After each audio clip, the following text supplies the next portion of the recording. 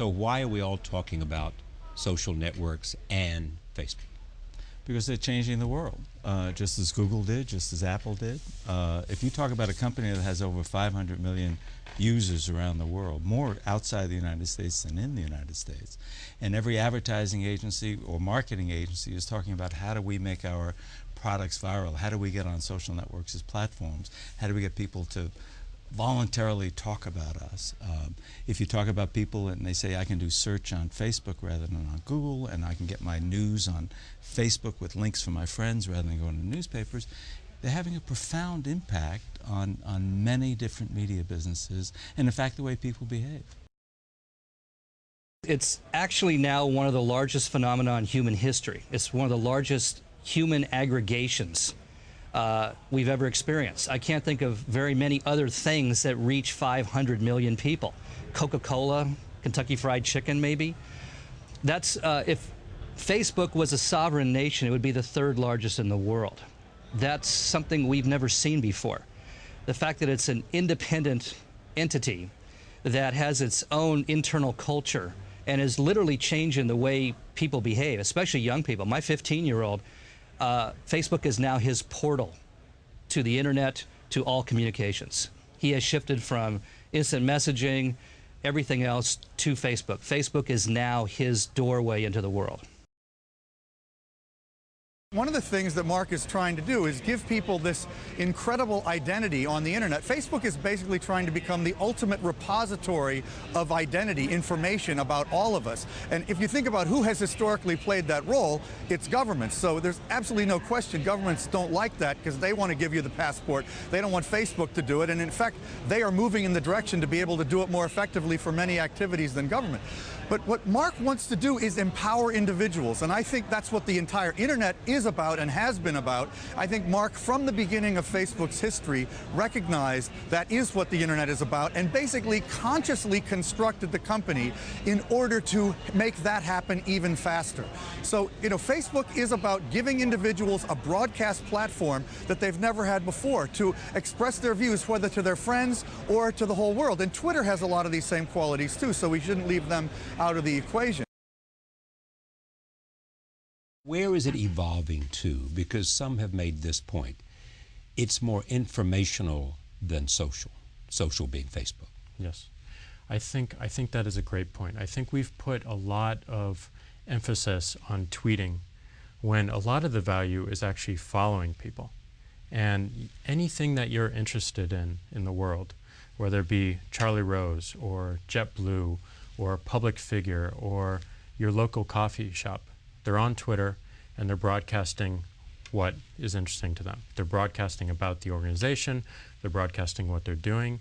So I can go and get immediate value from these things that I care about. And that's the most important thing, is being able to get in immediately and be able to follow someone I love, like Kanye West or like Barack Obama or any politician serving my particular state. I can see them immediately. But then there's another hook.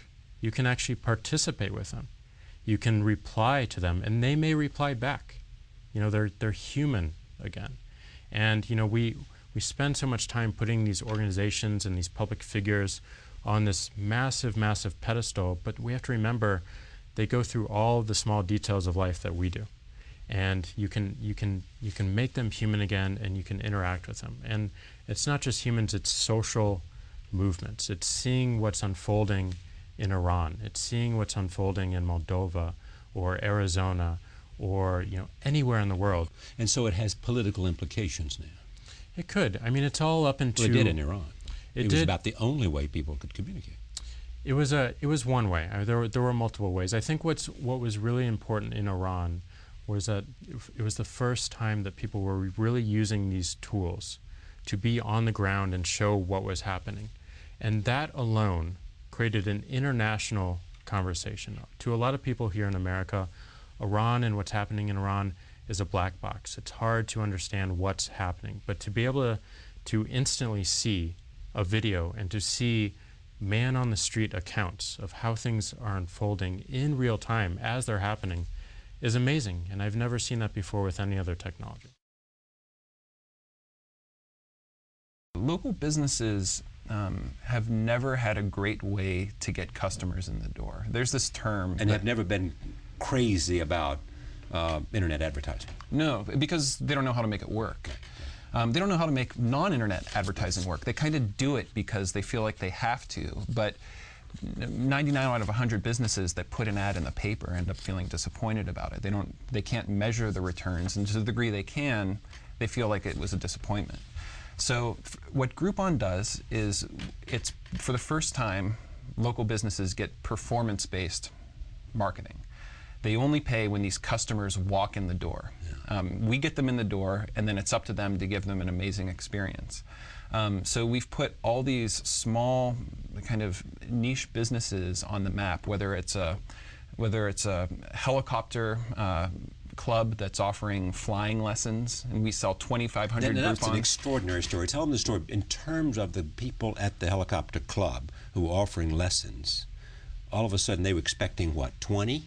Yeah, they were expecting maybe a couple hundred or so, and we always try and prepare them and say, you know, this could be huge. Don't be surprised if we sell 1,000. And how many did they get? We sold 2,500, and in the history of this business that's been around for 2 decades, or two and a half decades. Helicopter flying lessons. Yeah, this business had brought in a total of 5,000 customers. So in one day, we increased their.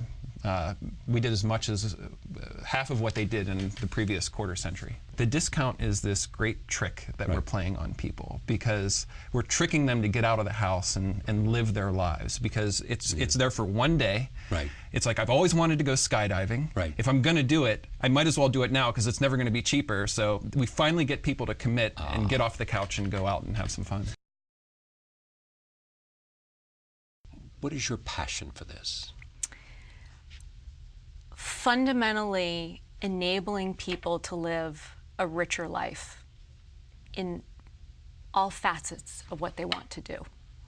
So if you look at what we do at Ning, we are a social platform for interests and passions. Right. So if you look at the landscape of social technologies, you have Facebook, which is great for connecting you to people that you already know, the people that you went to high school with, the people that you went to college with, your extended family that probably live all over the world today.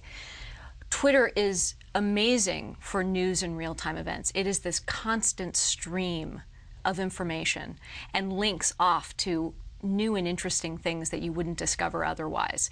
And LinkedIn has really done a fantastic job of enabling professional identity. The area that we focused in on from Ning pretty much from day one was, how do we enable people to create and participate in rich, immersive social experiences for the things that they truly care about? And what's so fascinating today, and I think we're just right at the beginning of it, this is what people do. They have their friends in the real world and their family. They have their professional identity. They have a desire for what's next in a real-time way. And then they want to express their interests and passions, the things that truly matter to them, and meet new people. One of the things I think is going to be happening is I think there's going to be a lot more intelligent use of groups that in the kind of the first iteration of the web, like chat rooms and such, were kind of strangers talking to each other without a purpose. There was no reflection into how your real life worked. And it was simply the capacity to have a dialogue with somebody who you didn't even know who it was. Exactly. And I think that, I mean, part of the whole Web 2.0 and also social networking, professional networking revolution is now you're actually taking your real relationships and putting those online and then having those kind of influence your life. Because talking in a chat room randomly to people you don't know, usually not that interesting. Talking to people that, for example, you're connected to, or you share a professional interest with, or you share a hobby interest with, that is something specific and kind of topically driven, and sometimes even driven by like real relationships. This is part of the whole social and professional networking. Tends to improve your life a lot more. When you look at them, are they going to be considerably different? Are we just simply waiting for this more specific use of social networks? Well, or professional networks? Yep. So when I founded LinkedIn, I decided there was going to be this kind of new generation of internet applications that are all based on the fact that now people are going to port the real world. It's supposed to like going into like a virtual world where you didn't know anybody, and you were just kind of exploring it as this kind of fantastical new place. People were going to be taking their lives with them, and they were going to be interacting with the people that mattered to them in their lives. And my decision was, I was going to invest in the social side, right? So I would invest in, you know, 6 Apart and Dig and Wikia and Facebook and Friendster and, you know, all these others. And I would start the professional side, because the professional side, you know, people has kind of 40 years of their life is in the professional world, and how do you influence and change all of that? And so it's always been very strongly my thesis there will be at least 2. Like, you'll have 2 profiles online. You'll have, and there may be 3. Like, maybe there's room for family, or maybe there's room for sports, or there's other things. But I think there's at least 2.